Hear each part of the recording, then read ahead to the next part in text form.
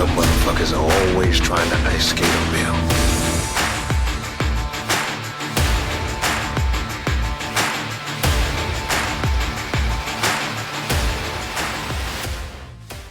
Good evening. In Common Sense and the Devil's Advocate. Did I say advocate? Oh my God, I think I did. Advocate. Sorry. You got something on the brain. There's not much up there, that's for sure. But what are we? We're a place where we like to talk about salacious topics in a way that hopefully forces us and everybody listening to think outside of your comfort zone, or at least from a different point of view for a few minutes. And again, I'm here as always with my faithful drinking buddy, Michael. Hello, loves. So, Michael, in today's episode, we're gonna dig into a kind of a dark subject. What we're gonna talk about tonight is why, in society, do we seem to value one life more than another? Sometimes one more than the many. So, in the wake of all the nastiness that took place in the last couple weeks, we're gonna dig into this topic. And unfortunately, this type of stuff comes up more often than it should. Now, for everybody out there that's already thinking about where we're going to go with this, we're not here to trash anyone. We do not support violence in any means. And at least note personally, I view harming somebody else just because they're different from you, have a different opinion, or any piece of that is a complete act of cowardice. Totally agree.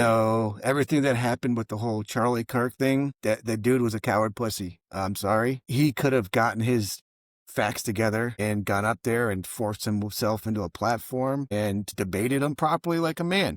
Might not have been easy to set up, but there's a lot of other ways than violence from afar. It's not even like back in the old days where you just bring out fisticuffs and get in a fight. Hell, back in the 80s and 90s, a lot of the times you'd end up being friends with the person a couple of days later. Usually, yeah. It was, you get it all out, and then you're like, why the hell did we do that? I don't know. And, then you're buddies. Hell, I've even seen that happen with a few adults.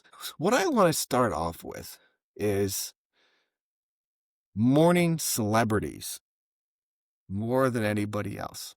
All right? And we have a couple of different ways that we can kind of dig into the pro and con on this one.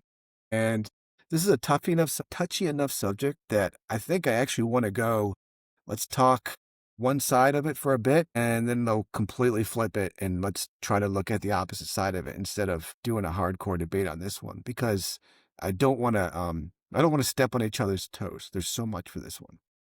Agreed. So I'm going to start off, if you don't mind, with an example that I've always had this one kind of in the back of my mind, because it's the first time that I can remember in my childhood where something like this stood out for me. Okay. And Michael, you are going to remember this. The year was 1994. Ooh. I think I want to say that's about the time me and you first got to know each other. Pretty damn close. Long time ago. 93, 94 into 95. Yeah. Yeah. So along that time, we were young. We were teenagers. We were going through a lot. It was a big time in the music era for grunge. And a lot of that fun stuff going on. Music was interesting. It was fun. I was a big Nine Inch Nails, Pearl Jam. I always had, still always had, a little bit of moved away from like the rock and Guns N' Roses and all that, the Soundgardens and all that. Hell yeah. And early on in that year, one of the people considered a pioneer of grunge, Kurt Cobain, supposedly committed suicide. And it was a very sad day for music, much along the lines of, Morrison and Elvis. But what I saw with people in our high school was very interesting. I remember distraught, crying, 16, 17-year-olds just losing their mind because Kurt Cobain had died. And this is what's even more interesting, that it goes this way, and knowing how much it would extrapolate with today's day and age, is this is, we're talking pre-internet, pre-cell phone. So it was all, it was word of mouth. It was not all over the news, in your face, social media, none of that. And it was already pretty big. There weren't, I don't remember any crazy memorials, but I remember people losing their mind over this. I remember that as well. And the thing that always stuck with me is I remember hearing this and going, wow, that sucks. I wasn't a massive fan, but they had some good music. So it sucks for the genre and future stuff that this guy could be putting out. But if my mother had done the same thing that same day, Kurt Cobain wouldn't give him two shits about her. And how many other people committed suicide that day? I'm sure the stat is astronomical, right?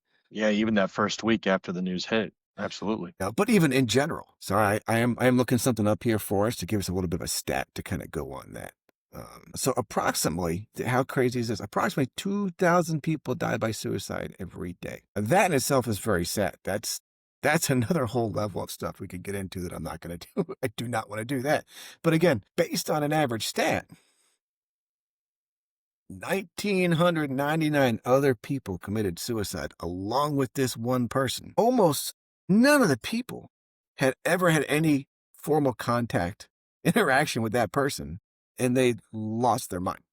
They were saddened beyond belief. And this happens again. Prince, the Pope. It happens across, the cosmos of our world. And it happens often when we see this happening. And there are people, people react with a deeper sense of sadness for some more than others in that famous realm. And again, I swear, I think I've seen people get just as sad over someone they've never met versus a actual family member that's passed away.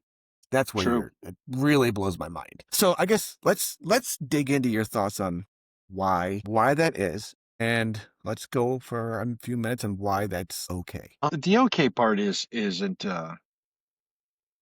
that would be semantical, I think. So whether it's okay or not, that belongs to the person. But I think the reason why people lose their shit over somebody that has such a podium in life, it's kind of like, your favorite grandparent or something like that. Somebody that's touched your soul in such a certain way. Mm-hmm. Music does that for a lot of people. I'm more along the lines of you. It's like, I like when Ozzy passed away, I was like, oh, that sucks. Different scenario, of course, because you lived a nice long life. True. But at the same time, some people, as you were pointing out, were completely destroyed by this. Yeah. Because it was the loss of an era and a loss of an icon and a music icon. But I think music itself sometimes touches people really deep, depending on what they're going through. And just like, the grandparent that taught you so kind of things, or your dad or anything like that brought you into their life and gave you some kind of piece of wholesome feelings, maybe that's why. I don't know that I've ever lost my shit over a celebrity of any kind, whether it be like, I think the one that hit me the worst was Robin Williams, and I didn't lose my shit, but I definitely was I kind of got bummed out about that. Yeah, I agree that I've seen a lot of them, where it's happened, and that's a great example. I thought his and a few others in that level was just like, why? Yeah. And and again, there are different circumstances for all these, right? Mhm. There is the person that dies of natural causes. You're not overly surprised by it if it's an older person. When it's a young Like one, you're Ozzy. like, yeah. When it's a young one, you're like, wow, I didn't know they had those kind of issues. If we're sticking with kind of the musician type, look at Prince and even Michael Jackson. They were medicating themselves in a way to get on with their life that not the whole world really knew about. You figured their life was just all amazing and all this. And now maybe they're stressed out because they have to always perform at such a level. But, why were they at that level? That it sucks to hear they were sad enough that they needed, either X, Y, and Z of medication to get by, or that they, took their own life. And I listen to a lot of older music now. Soundgarden, Alice in Chains pops up, and I'm just like, man, these guys were so talented. Linkin Park, why people adored them, practically worshiped them for their raw talent. What was, that's where you're like, what was so sad that they had to take their life? And what I think what comes out of a lot of those ones is, instead of the memorialization of a different type of celebrity, people do actually dig into that. And the family tries to use, the suicide ones as learning examples for the rest of the world a lot of times, right? And it Yeah. ends up being, they start charities and it goes toward, Robin Williams had a huge one for that. And again, then here's where it starts to bother me a little bit if we're going on both sides. Okay. I Hmm. guess I was staying with the pros of this. So maybe I should stick to that for a second, even though I want to get into the other. But you're right though. When someone dies suddenly in any form that touched your soul in some manner, there is a reason for mourning. I personally believe it should also, more than anything, be a lesson for learning. How did this happen? Why did it happen? Again, it all goes in different snares. When somebody like Charlie Kirk or Kennedy or, Abraham Lincoln is literally murdered, Or an assassinated. idea.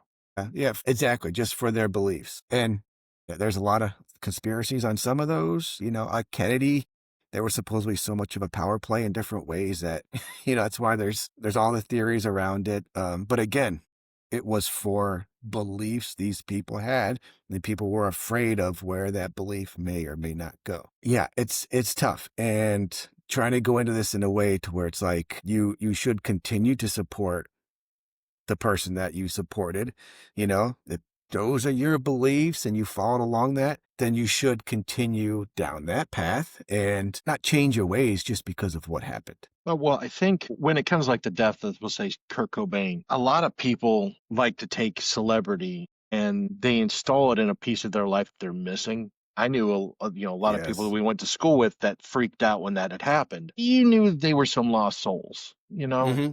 They weren't I hate the stereotype, but they weren't your normal suburbanite kid. They were your outcasts. Those are the most people that I saw losing their shit. The people that were missing something in their lives that like you and I were fortunate enough to have at Yeah. home or with other family members. But that's usually the people that I saw losing their stuff at school. Was you just knew that there was something missing in their life. And I think a lot of people take that celebrity and pin it in their life to fill a void, maybe. I I don't was know. thinking I think that's, yes, 100%. I like the way you put that. And I think that fits. I still, if we're going with the music example, music is a way that that I still use to release, to get away from the world. Same. You pop on some good music and it can make um, so much of the fuzz in life go away for a while. Music, podcasts, damn good conversation by a fire are the ways that you filter out those interruptions in your life that you really need to step away from. Music in the gym, pop them together. You don't know what's going on in the world for a while. I mean, I used to think, an hour in a jujitsu mat, and I had no idea what was going on. It could have been Armageddon, and you, for at least an hour or so, you'd have no clue, and you didn't care. Those are things that are important to have. And yes, when something that fills that void is taken away, you're gonna be sad. You're gonna memorialize it. You're gonna go into it, and I think that is 1,000,000,000% valid. And on top of that, and it's not, and if, well, when you want to switch over to the cons, it would In a have to second. go, yeah, it would be that it's the sad fact that people feel that they need these people that they don't know to fill a void in their life. And are they grabbing onto something they really shouldn't be and finding, I mean, you're glad that they found something as a channel, but at the same time, it's like there's got to be a better way. So if you're feeling hurt, alone, lost, anything that music or that actor or that entertainer filled that void for, the con is that healthy to me? Let's dig into that. Let's look on the opposite side of going too deep into the remembrance, whatever you want to really call it, of a figure that was not. Here's where this becomes difficult, right? What I want to say is that is not a focal part of your life or a physical part in your life. And I know many people out there that will use that to say, well, X, Y, and Z person was how listening to them was how I started my morning. It was how I wake up and listen to Howard Stern every single morning. And if he was killed on the streets of New York tomorrow, I would be very sad and I wouldn't have that anymore to do as part of my day. You are correct, but Yeah. then you fill that with something else. You don't make that your causation of life. I can only move on with my morning if I listen to X. Okay, well then now you move on to Yeah. Y. That's Yeah, everything is, it wouldn't destroy my soul. and that's what it is for so many. That's what I don't understand. Everything in this world is finite. So Mhm. anything that you are putting on a pedestal, it's gonna fall off at some point, whether you want it to or not. Either before your time or after your time, they're not always gonna be up there. And if you're going biblical, we put people up on, we don't even put them on pedestals. They are worshipped. The way we worship famous people these days is no different, in my opinion, than the way pharaohs were treated back in the day. People would do anything for them, it's kind of, I don't know. Gross. Yes, it is to a point. Because again, this is the biggest issue I have with it. That same person would probably not piss on you if you were on fire. That's probably very true. But Unless they could get more likes out of it or donations, or it would be used to better enhance themselves versus just doing the good deed. Not saying the whole world's like this, right? Not by any means is it all or all celebrities. 100%. Exactly. There are plenty, tens of thousands that are known for being amazingly good people, and don't go there. Those aren't usually the ones that are celebrated in mass when something happens, unfortunately. The to grab onto something so tightly that's not a physical entity around your orbit, other than just a daily, like I'll listen to certain music on the way into work just to get me jazzed, ready for the day. So when I get there, I'm positive, I'm upbeat for the guys, and we can rock out the day however we have to. But if my radio stopped working, I'd probably end up, I don't know, singing to myself. I just have a different way of outlook. I wish I could touch on why people attach themselves to celebrity, or even sometimes even a family member that passes away, that they let that loss destroy them going further. So even if you go Yeah. personal in the family member, it's like, sucks, things happen, life goes on. But when you can't get past that, well, we're dipping into mental health then. So I don't know. I might want to tread carefully on that comment. That's one that's a tough one we know in the whole country. Oh yeah. But I do see where you're going, and that's it's tough. Yeah. I don't want to dig into that one either. That's beyond my education level. I think I would be talking way too much out of my ass, unfortunately. Yeah, we'd only be going by our own personal experiences, and our experiences do not Yes. equate to other people's experiences. And mourning is a bitch. So Yes. yeah, Yes, it yeah, is. yeah. Mm. I'm still mourning like half a dozen people, depending on the moment. It's like, wow, I kind of miss them, and Yeah. they've been gone for like 7 years or some shit. It's All right. Let's not bring animals into the fact, because you mourn them sometimes as much or more. okay. That's another thing, is to keep this on the human side, because I know that a loss of a pet can actually be more soul crushing to a human than the loss of a significant other or a loved one, only because of what that pet gives that person. It's a really weird thing that I've been looking into, because we've all experienced it, the loss of a pet. It hurts. It's like a whole different level of hurt. But yeah, the loss of my father-in-law, the loss of your father-in-law, that's a zinger, and it stings every day. Yeah. What we're talking about is we both experienced those losses on different scenarios, but it still doesn't equal to the soul crushing, I don't even know what to call it, performance, or the way people took like Cobain's death back in the 90s. I didn't react like that when, say, my father-in-law passed away. I mean, Right? I was definitely destroyed. It was a Yeah. moment, but yeah, I'm with you. I don't get that. Why people feel like the world is ending because a Kurt Cobain has passed away. Okay. Yeah, I mean, it's tough that we keep referencing Cobain. Part of it is because of just our growing up, and it's easier to reference. It's ready to reference one that's far enough in the past that we don't have to worry about really hurting anybody's Right. wee little feelings. But people, like, every time there's a pope that passes away. Now, again, usually they're older, so people are surprised, but not massively surprised. This is a person that dedicates their life to a religion, to trying to spread good, especially like the last pope. The last pope we had I thought that guy was pretty dope. He was Yeah, open he was with, pretty dope.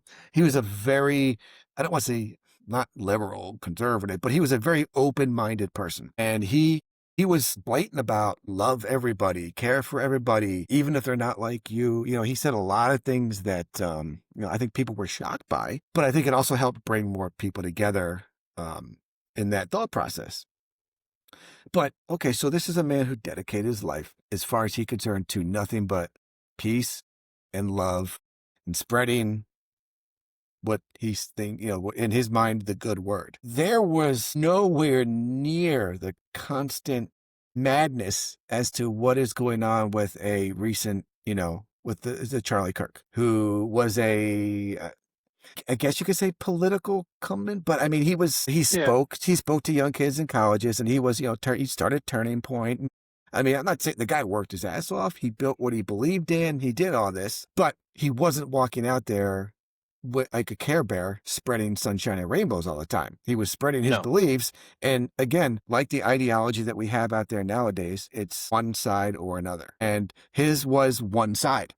And so only half of the people are going to, agree with what this person is saying. Whereas somebody like, like the Pope, Mother Teresa, Gandhi, people that literally dedicate their life to peace and, prosperity, they don't get nearly the kumbaya afterwards. There's usually like one day where, there's the funeral, people mourn, and they move on. Yeah. They get replaced with the next pope that they vote on. And, the next saint that's out there doing whatever. People say, this person was great. I loved what they did. They might shed a few tears. Then they go on with their life. And if they truly follow that person, they go on with a life that, follows along with the teachings of that person, right? Emulates it. Yes. And so, but now we can find someone who's just a celebrity and we can immortalize them. I mean, this happened on 9/10. 9/11 is a day of remembrance from 9/11, an attack, thousands of lives, and even the aftermath has been ridiculous. It's still, people getting sick. But now 9/10 has been voted by Congress to be a day of remembrance now for Charlie Kirk. This is one man who spoke his beliefs and his opinions. Sure, it touched a lot of people's hearts in what he spoke or minds, but the same day, 2 kids were gunned down in school.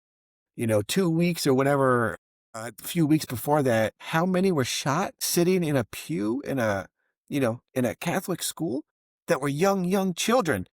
There's no day of remembrance for them. That young boy this one comes up a lot from Sandy Hook, I believe.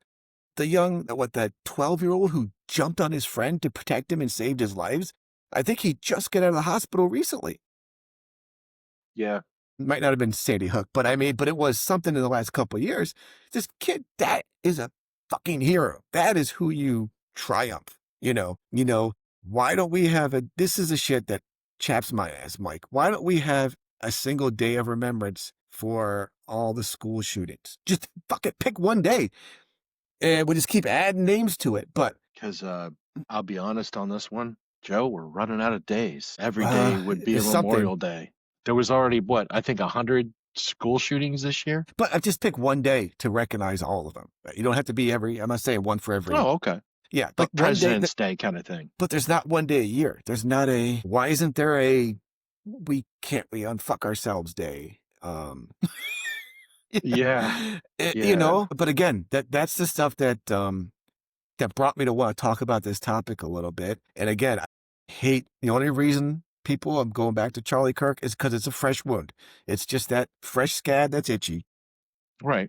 If it was somebody else, trust me. Yeah, we would literally swap right over to somebody else if it happened. Again, not going to badmouth the guy.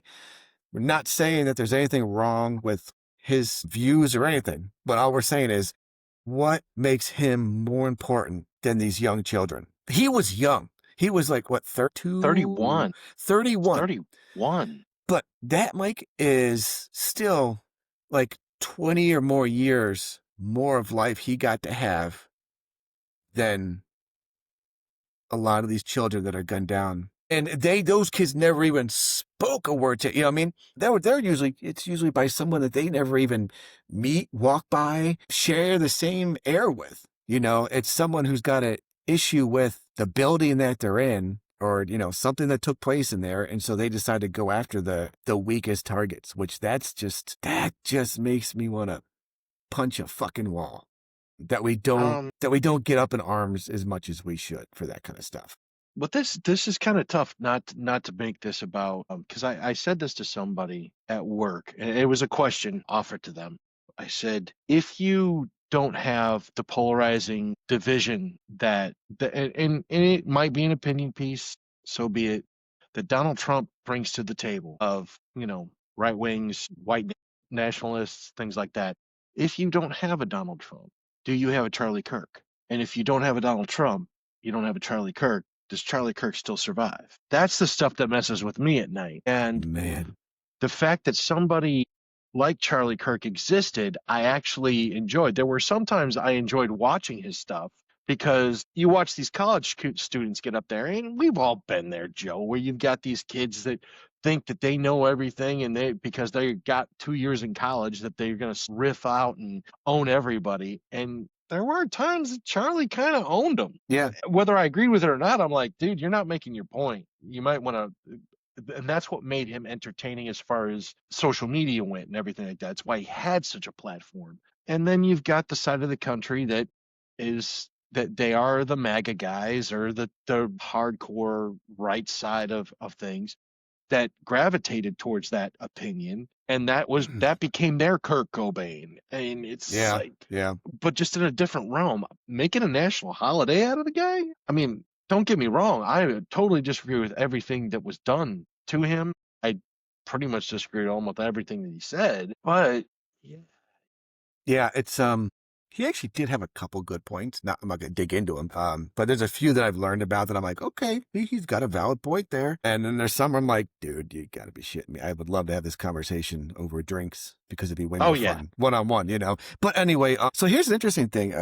I looked it up. So he founded Turning Point in 2012. So Trump's first presidency was 2017. So now what I don't know is between 2012 and we'll say 2016, 15, the start of MAGA, how much did Turning Point go from just being a, right wing, good old Republican on campus, hoorah, to full on MAGA? I don't know. I'm assuming I don't it's just, know, and that's probably when if I had to guess, I would say that's when it caught, like brush fire. It caught on. It was growing, and then that just helped propel it into the stardom that it became. But yeah, we take these things and we turn them into remembrances, and excuse me 1 second.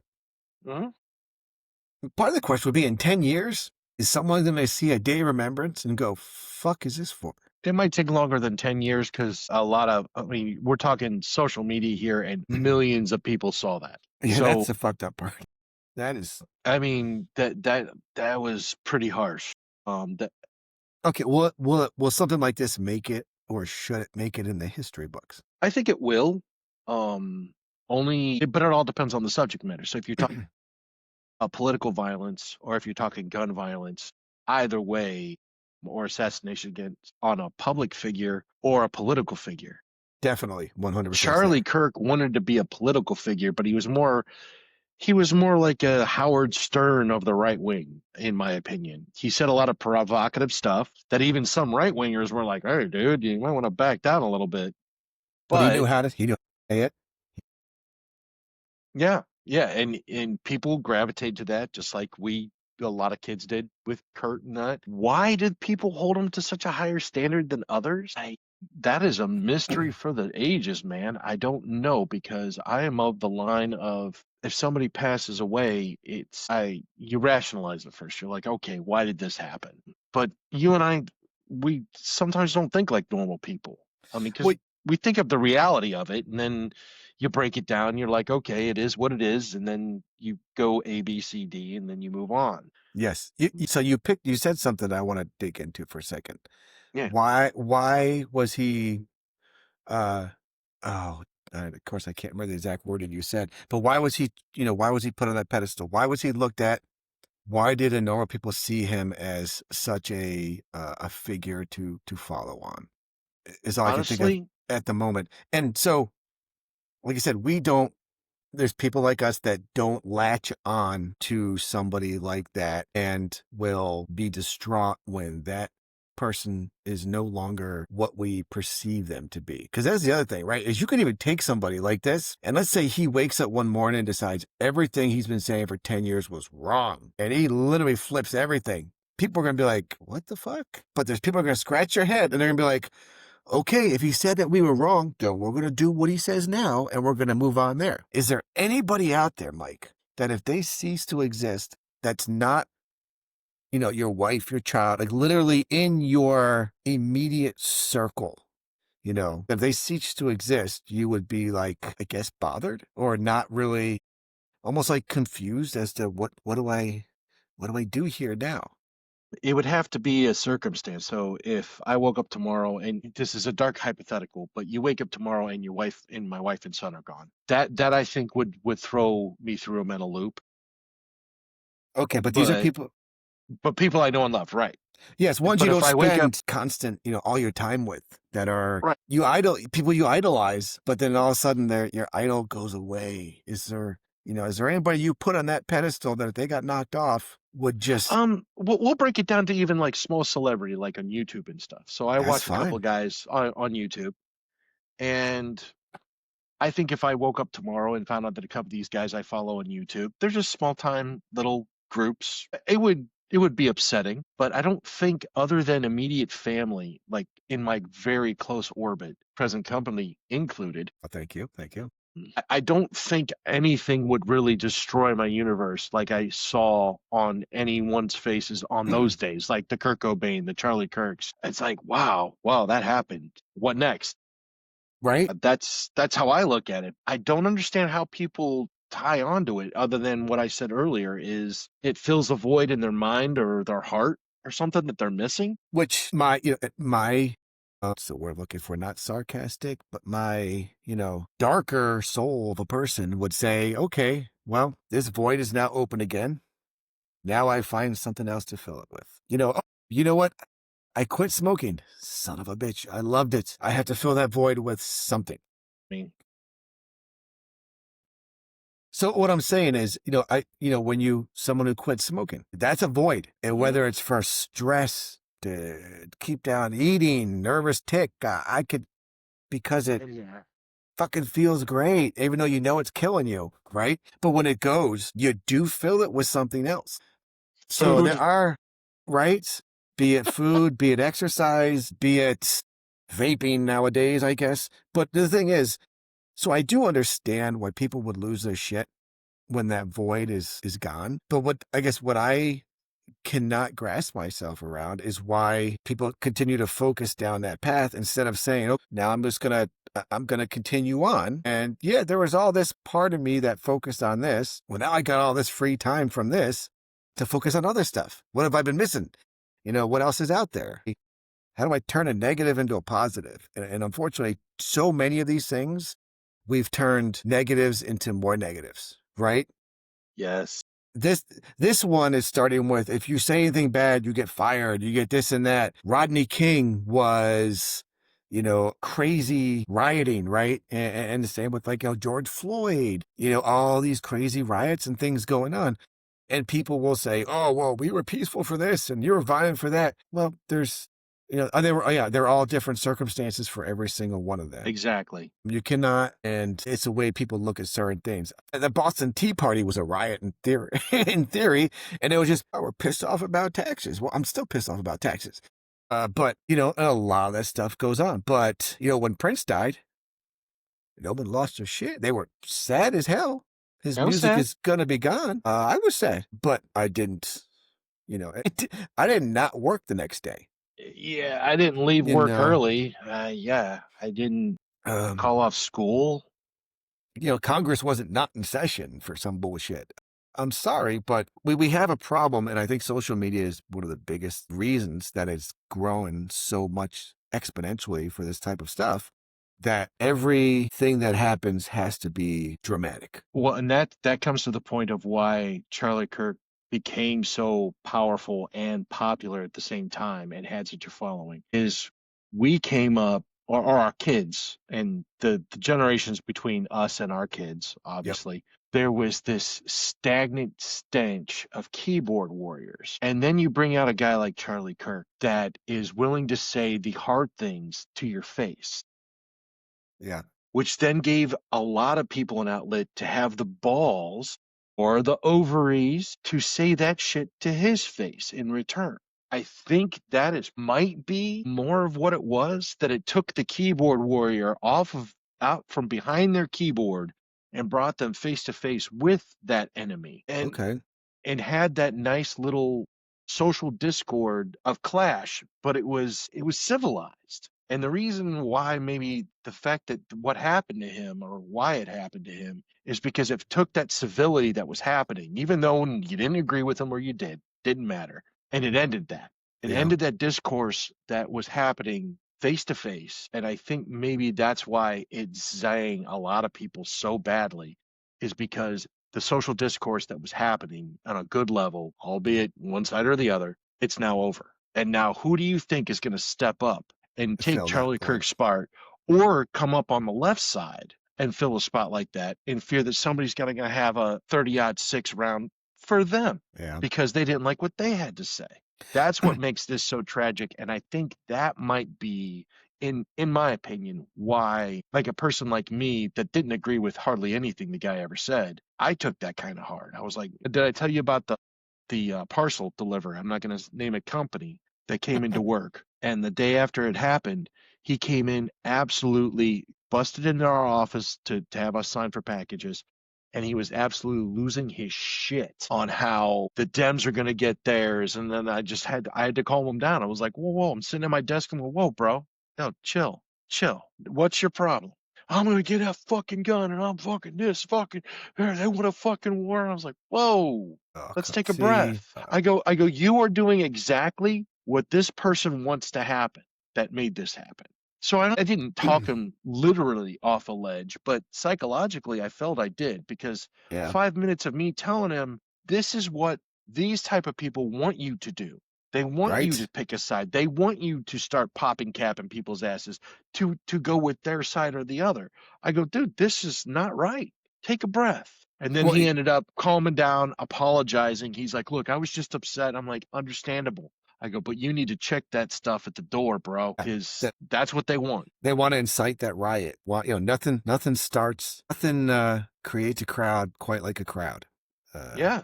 To quote the old Soul Sound song. Yeah, but a guy that I don't think followed Charlie Kirk at all.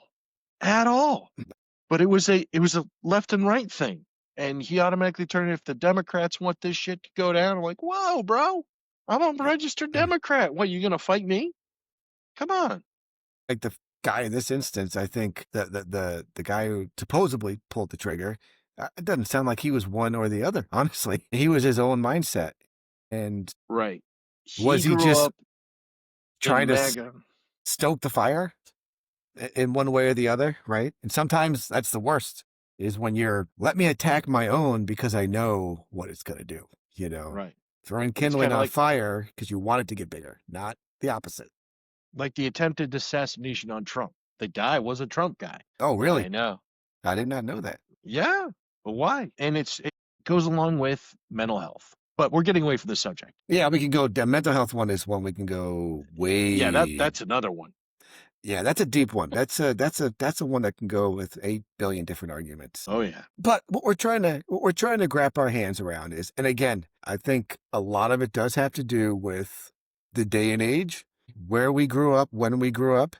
Again, social media. yes, we are a generation that, if you miss a bus, you walked home. If you went home and your parents weren't there, you knew where the hidden key was. You went inside and you waited. You never had to worry about Debbie down the street calling the cops because Sandy wasn't home for her kids. And it's, nowadays that doesn't exist. So part of this, it may just be harder for us to wrap our mind around the fact that it wasn't like that when we were children. I want to say that. I know many people my age and even somewhat older that still get crazy bent out of shape when this kind of stuff happens. And, we're going, it's weeks later, and they're still talking about it. And you're like, enough. Okay, let's please move on. It's, and it's going to happen again. It's a constant Unfortunately. cycle. It is a cycle that will continue to happen with one thing or another, be it a figure that's just verbal, more children, more, we know that's going to happen. Smugglers. We can go on here forever, right? Yeah. The point that we're getting at is why? Why does the masses elevate some people and care less about others? And I'll go back to, I think it has to do a lot with void filling and emotional Attachment? attachment, misfortune, somebody that speaks for them, that says what they want to say, but they don't know how to say it, kind of thing. I like that, Mike. I think, we've all got pieces in our life that we wish were a little bit different. No one's got a perfect life. And there's always something out there that you gravitate toward, that you wish you were more like this, or you're jealous because they have this, or You it envy just them because they can do that. exactly. And you don't, because we don't know what's missing in that person's life, that we only focus on that little piece. And it might be that, it might be the 0.0001% of your nuance that you think is missing, and you gravitate toward that. And maybe when people see it gone, they don't know any other way to react. Is it Especially good? nowadays. Yeah. And there's this platform that everybody can be listened to, type it out, push Right. it out, say whatever you want. I don't really care what it is weird that people are getting fired over opinions. That's kind of fucked up. Yeah. But that's a different one. That's already lots of lawsuits waiting to happen, I would assume, out there. Oh But yeah. it is a different world. You're able to voice that opinion more. You're able to feel it more. I hate that anyone has that void in their life that they need someone else to fill. But hell, I wouldn't be married if I didn't have a void, right? Because Same. my void is companionship. If not, I'd probably be bugging people like you way too much if I was alone. Hey, hello, I'm I'd lonely. I'd be okay with that, Joe. But I don't listen. I don't hate people for how they feel. I don't hold any grudges about them. Just want to I understand it. want to understand it, and I also want people to understand that not everybody puts people on a pedestal like you do, and you have to realize some people just move on with their life and don't give a shit. It's not pretty. It's not a nice way to say it, Right. but it's like people arguing politics on social media. My opinion, you make your point just as much as a bumper sticker. I'm going to read it, and I'm going to say something probably off color in my car that no one else is going to hear about Behind how my I steering feel. wheel. And it might be something as simple as, that's a dope ass bumper sticker, but why'd you put that on your car? I don't care. You type it out there on Facebook, okay, but you don't have to put it in all of our faces. Social media is to be sociable, to share your life and all that, not to continue to parade shit in other people's faces. Yes. But hey, I think we beat this one. It was a good one. Yeah. It was a tough one. It was. It goes a lot of different ways. It's a different one for us to talk about because, again, we look at life differently than some people do. I would love to find somebody we could bring in on here one day, Mike, that could tell us why things like this impact them so much, and what it is how they will move forward when something like this happens. And I think, if anyone's out there that's big into that, and again, you do not need to be a Charlie Kirk fan. No. You could be George H.W. Bush could have been your favorite president, and when he passed away, you didn't know what the fuck to do. I think this is something we can probably come back to at some point in time if we I find guarantee somebody. we will. If we find somebody that can that we can bring into that realm of that, and dare I say, I don't want to say cult, but unfortunately, sometimes it does turn into that, right? It does feel culty. The key is how far does it go, and it can become the fear that I have with this type of stuff is the people that are so ingrained in it. And it's not even a void that it fills. It's something that becomes a driver, and they feel they now must react. The Manson cults, where they did stuff because someone told them to. Clean hands. I just convinced you And that's where this stuff gets scary. Maybe, again, that's the difference that we have is we're just the type of personality where we don't want to be led down a path that we don't believe is our own, of our own making. And so we don't feel that miss. I don't know, but I think it's something we could have a really good conversation with a couple other people to explain to us what we don't see. Yeah, and if anybody's out there that has that experience, that a celebrity lost of any kind hits you like a ton of bricks and has destroyed your life in some way, pop on, let us know, and we'll get you on. Yeah. We'll have a chat. Definitely looking forward to it. This brings up a lot of other stuff that we could talk about, and it's all going to happen on another week. Miss you, everybody. Stay safe. All right. Stay happy. Love y'all. Peace out.